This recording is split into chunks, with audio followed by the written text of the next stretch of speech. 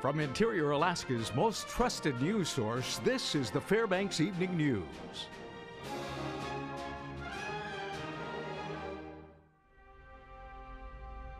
Good evening. Thank you for joining us. Our top story this evening, the Alaska Legislature today voted to approve a conference committee report on a state operating budget. However, House Democrats blocked a $3.2 billion draw on the Constitutional Budget Reserve to fully fund that budget. The House voted 26-12 to accept the operating budget with a simple majority. However, a three-quarter supermajority vote was needed to draw from the CBR. That vote was also 26-12, leaving the state over $3 billion short of a fully funded operating budget for the coming fiscal year. Earlier in the day, the Senate passed the budget and CBR draw by votes of 15-5. Discussion on both floors was passionate. Republicans say they did what was needed to be done, while Democrats claim that funding education and negotiated pay for raises for labor union contracts took a backseat to tax credits for oil companies. So we got K through 12 funding with this report. We got university funding. We got gas line funding. Really, the only thing that was available to us was to cut the budget, and we did. And I say, congratulations. The other body said that everybody deserves a pat on the back. Mr. Speaker, I simply can't support that. Fund education. I think we have done that. I think we've done it responsibly. No, we didn't keep the promise that we had last year, but we were at $110 a barrel oil last year, Mr. Speaker. And we increased the BSA by $31 million. That's not a reduction, that's an increase to education. Fairbanks residents gathered this afternoon at St. Matthew's Church to remember the many victims of unsolved homicides in the interior. Over 30 names were read by the event coordinator, Shirley Lee. Each person named was murdered and their deaths remain cold cases. The homicide that sparked it all was that of Sophie Sergi. Sergi was found dead 22 years ago on campus at the University of Alaska Fairbanks. Her case remains open. City Mayor John Eberhardt and new Chief of Police Randall Aragon spoke at the event. The mayor touched on cold case files, including Mahogany Davis, whose case, he says, is currently being reviewed and intensified. Chief Aragon encouraged the public to support their new quest to start an unsolved homicide social media page and possibly hire more officers to work specifically on cold case murders. We not give up. And I've spoken to Chief Aragon about what do we do to take a look at some of these cases again, and we're moving in that direction. And got a couple of cases that I'm quite hopeful soon, after many years, there'll be some information that may go toward finally resolving a couple of those cases. My detective looked at the list of all the unsolved cases, and he said, I think I could solve this one, this one, and this one, and this one, but we need the resources. 2 new names were added to the list this year as well. Janessa Kemsky and Todd Nozel. Both were found murdered, and their deaths are currently being investigated by Alaska State Troopers. After 2 unsuccessful attempts at a plea deal, a Huslia man pleaded guilty to reduced charges this afternoon in Fairbanks Superior Court. Aaron Kazevnikov, who was originally indicted on felony assault charges, pleaded guilty to misdemeanor 4th-degree assault, criminal mischief, and harassment. According to court documents, Kazevnikov and another man, Floyd Vent Jr., attacked a man outside the Huslia Tribal Hall during a New Year's celebration. Superior Court Judge Michael McDonald denied 2 attempts at a plea deal after learning Kazevnikov made what he called terroristic threats to Alaska State Troopers over a radio. Kazevnikov will be sentenced to 1 year in jail for the assault, plus 90 days jail time for a harassment charge made in relation to those statements. Sentencing for his case is set for July. A former Nanook hockey player's case is once again headed to a Fairbanks grand jury. Nolan Youngman, who is a senior at the University of Alaska Fairbanks, is now being investigated for an additional 2 sexual assault allegations from as early as 2013. Last week, Youngman was indicted on 2 charges of sexual assault in connection with an alleged rape at the Cutler Apartments on campus. A volunteer assistant coach was listed as one of the witnesses on the grand jury indictment. Youngman was released on bail and cannot reside in Fairbanks. He is currently in Anchorage with his court-appointed third-party custodians. The additional charges will go to another grand jury midweek. All right, when we come back, we'll have plenty more news. That's right, and weather and sports. Stay with us. Of course. Welcome back to the Fairbanks Evening News. City firefighters responded to a report of a gas leak at the National Guard Armory this afternoon. The building is located at 202 Ween Avenue near Denali Elementary School. Assistant City Fire Chief Ernie Mesowitz said that a contractor was working on an addition to the armory and accidentally nicked an underground natural gas line. Firefighters cordoned off the area, closing First Avenue until Fairbanks Natural Gas responded and repaired the pipe. No injuries were reported. Earthquake preparedness may be on many minds after the devastating quake that struck Saturday in Nepal. Thousands are dead after the magnitude 7.8 quake, and the country is short on relief materials and medical help. It's the country's worst earthquake in 81 years, and a reminder for those of us in seismically active areas like Alaska to be prepared. It's been 51 years since the Good Friday earthquake that struck Alaska in 1964, which registered a magnitude 9.2 and caused major structural damage. Quakes like that occur on average once a year. However, quakes like the one that hit Nepal happen an average of 15 times a year. Last summer, a 7.9 magnitude earthquake struck the Aleutian Islands. The American Red Cross of Alaska suggests having a kit, a plan, and being informed so you're ready to handle a disaster. The Red Cross recommends that everybody have a disaster kit, that they have an evacuation plan or a shelter-in-place plan for their home. We recommend everyone practice their drop, cover, and hold. And they identify areas of their home or workplace that are most safe in an earthquake. There's also a lot of good resources with the state of Alaska and online at redcross.org that can help you prepare. Honor Flight is a national program to help take World War II veterans to Washington, D.C. to visit various memorials honoring their service. Saturday at the Fairbanks International Airport, fellow veterans, the Fairbanks Community Band, and citizens of all ages turned out to greet two Fairbanks veterans, Glenn Despain, who served during World War II, and Eleanor Smith, who served in the Korean War. Upon their arrival, the two military members were welcomed with American flags, salutes, and hugs. Afterwards, they commented through tears how their trip was one they'd never forget. Did you really enjoy yourself? Oh, it was a wonderful trip, I had ever had any ambition to go to Washington, D.C., but I'm glad I went now. It was so much you couldn't see everything. And how about this nice welcome, huh? Oh, yeah, about that. Anchorage is the same way. Great. Oh, man, they had blocks of them down there, yeah.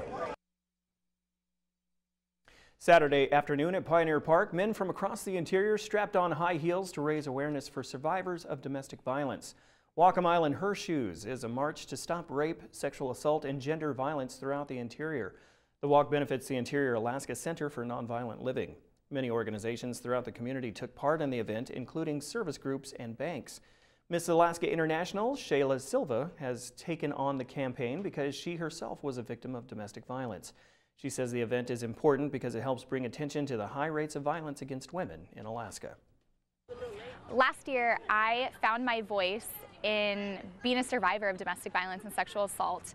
And in my journey of sharing my story, it brought so much healing to me and what I went through. And from that point on, I decided that I was going to do whatever it took to really stand and be a voice for this pandemic. You know, Alaska leads the nation 3 times the national average in domestic violence and sexual assault and child abuse.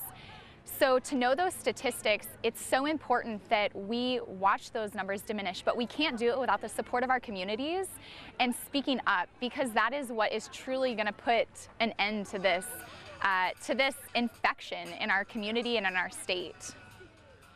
Great cause and great looking heels, guys. Yeah, it's hard to get a heel in a 10 or 11 size men. I saw some good ones out there. I would even wear some of those. Maybe I would too. All right, well, we're going to change gears from that. No, Joe Cook is coming up next with all your local sports action, including an all-new I-5. Stay with us.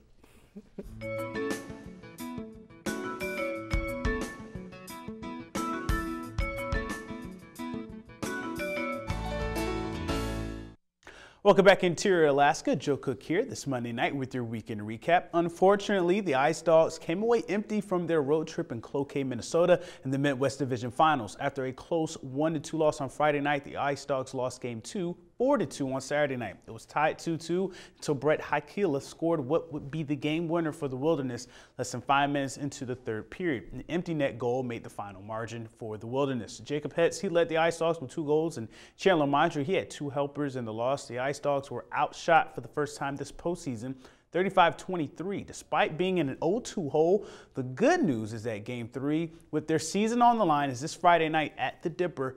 We'll have more on this series in the coming days. The Interior got its first taste of hot dogs and Cracker Jacks in high school baseball season openers over the weekend. The Hutchinson Hawks and Allison Ravens met for a doubleheader on Saturday afternoon at Marlin Field. It was all Allison in the first game as Hutchinson's control issues on the mound led to Allison runs. The Ravens scored 16 times off of 1 hit. The Ravens took game 1 16-1. Then in game 2, the Ravens started strong with a 4-0 lead. Jeremiah Brown and John Bard added RBIs for the Allison offense. Brown, Jesse Wiseman, and Jack Winkler all pitched for Allison, and the trio allowed just 6 hits in the 2 games. Allison wins game 2 11-4. They sweep Hutch in the season opener under first-year head coach Travis Moore. In other baseball scores from the weekend, the Lathrop split between Bartlett and Service on Saturday. The Malamutes beat the Golden Bears 15-4, but lost 5-6 to the Cougars in the night game. A 5 spot in the first inning propels the North Pole Patriots to a 16-5 victory over Delta Junction on Saturday. And K-High, they win by 7 over West Valley on Friday and Saturday, a score of 10-3. Monroe beat Delta 16-10 on Friday night. There were a couple of impressive outings from interior soccer teams after their Anchorage and Valley road trips over the weekend. So as we go to the results, the North Pole girls came back with 2 goals in the last 2 minutes, and they defeat Colony 3-2. The Patriots are 3-0-1 so far. Savannah Moisen and Kylie Erickson scored the game-tying and game-winning goals for the Pats. The Wolfpack girls also won on Saturday. They shut out Chugiak 3-0. Freshman Kiera Simpson scored twice for the Pack, and Lane Pomeroy and Kelly Sparks combined for the shutout. In boys soccer, Shane Gillette forced another tie for West Valley with a score in the second half. They tied Chugiak 1-1. The North Pole boys, they were blanked by Colony 5-0 on Saturday. And we may see more mixed martial arts events in Fairbanks. If Friday night's action is any indication, the Solid as a Rock Championships fighting promotion had a full card up at the Carlson Center for their 9th championship show. There were MMA matches of various weight classes, and the ladies grappled and won by submission matches. In the main event, the 150-pound title was on the line. Champion Anthony Pacho took on contender Seth Mad Viking Kroll. Kroll did his best with his stand-up game, landing a number of kicks to the head, but after the first bell, Pacho took the fight to the ground, and he forced Kroll to tap out in the second round. Pacho leaves with the belt, and he is now 11-1 in pro fights. And we wrap up today's weekend recap with this week's edition of the I-5 Interior Top 5 Plays. At number 5, the lone base hit for the Allison Ravens comes from Kim Cinco and is good for 2 RBIs as the Ravens sweep Hutchinson 16-1 and 11-4 in their baseball season opener. At number 4, how about Pedro Masias of Lathrop, netting 3 goals for the hat trick in the Lathrop 7-1 victory over Hutchinson on Wednesday night. At number 3, another hat trick, this one from Monroe's JT Mender. His 3 goals were key in a 6-2 season opening win over the Allison Ravens on Wednesday. At number 2, we go to the Solid as a Rock Fighting Championships, and Vinny Justice gets in a nice shot in 145-pound bout, stumbles his opponent Kelly Oldfield, and Justice gets the unanimous decision. At number 1, a bizarre game-winning play. Monroe's Garrett Grahek gets credit for the goal as his header goes off the body of a Hutchinson defender and finds the back of the net. That goal was enough as the Rams win 2-1 over Hutchinson on Saturday. To vote for the play of the week, click on your play on the I-5 poll on Webster11.com. You can also comment on the KTVF Facebook and YouTube posts, and send a tweet to KTVF11 Sports on Twitter for your vote. The play of the week will be revealed this Friday.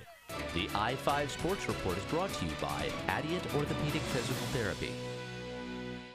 And that's it for sports tonight. Mike Schultz is next with your full weather forecast, and we'll catch you next time.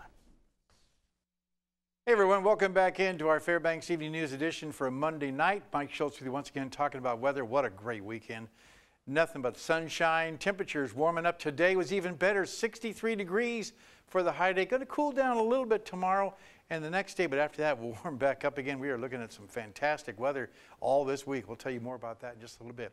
Photograph night sent in by Bill and Jane St. George. They were just outside of Nenana coming in to one of the areas where all the swans were laying there. They got a nice shot of some of the swans there swimming around. Beautiful shot. And as always, if you have a photograph you want to share, by all means send it to photos@ktvf11.com. Here's what our numbers look like right now, I should say. And we're looking at 61 right now after a high of 63. The low last night, 31.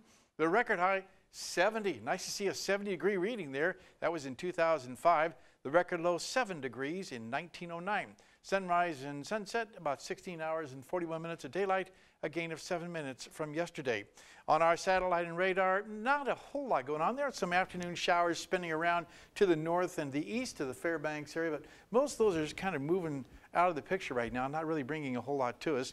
Some showers once again and rain moving across southeast Alaska and across the Anchorage Bowl. A few afternoon showers there too.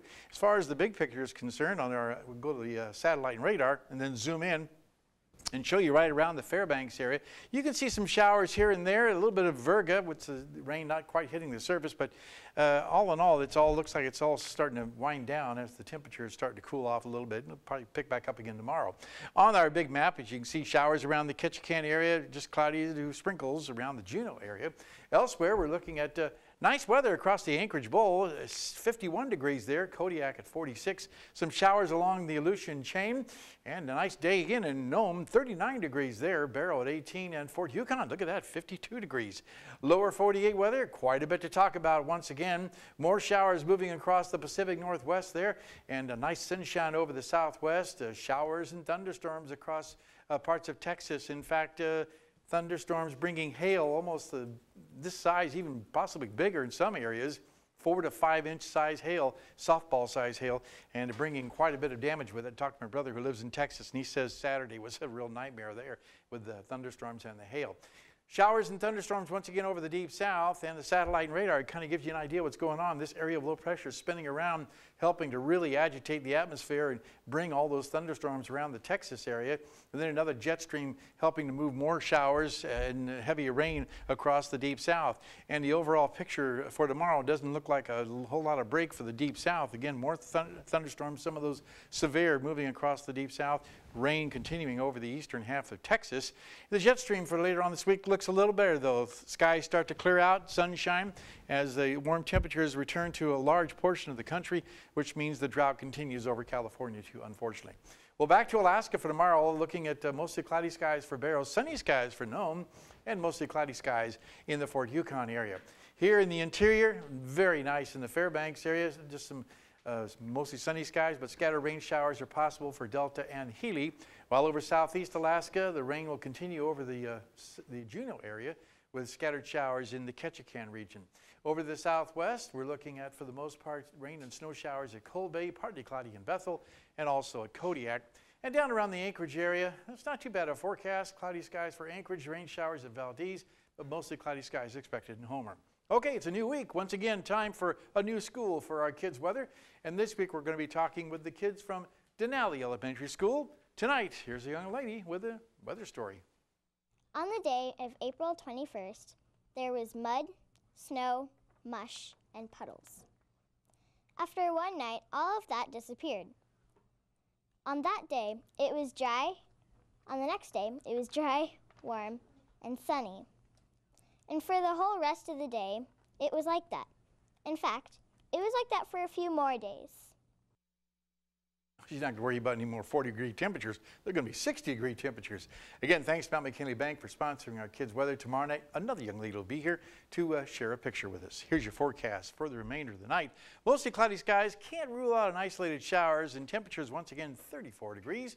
Tomorrow's forecast, mostly sunny, but not as warm as today, 54 for the high. But look at the 5-day outlook. Again, temperatures rising to the 60s for Friday, Saturday, and Sunday. Overnight lows also very nice, the mid-30s, and no showers expected in the entire 5-day period. So lots of sunshine, more drying going on, and maybe a chance for Stephanie to get her car washed.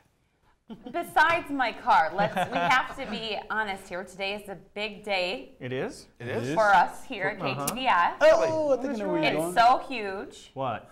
Because it's Mike's birthday. It is Mike's birthday. All right. How old are you, Mike? 66. 66. Okay. Good number. Good now run. I don't feel a day over 65 though. He leaves his cane off the desk. Off the set. Yeah, that's right. Next to the wheelchair. Very good.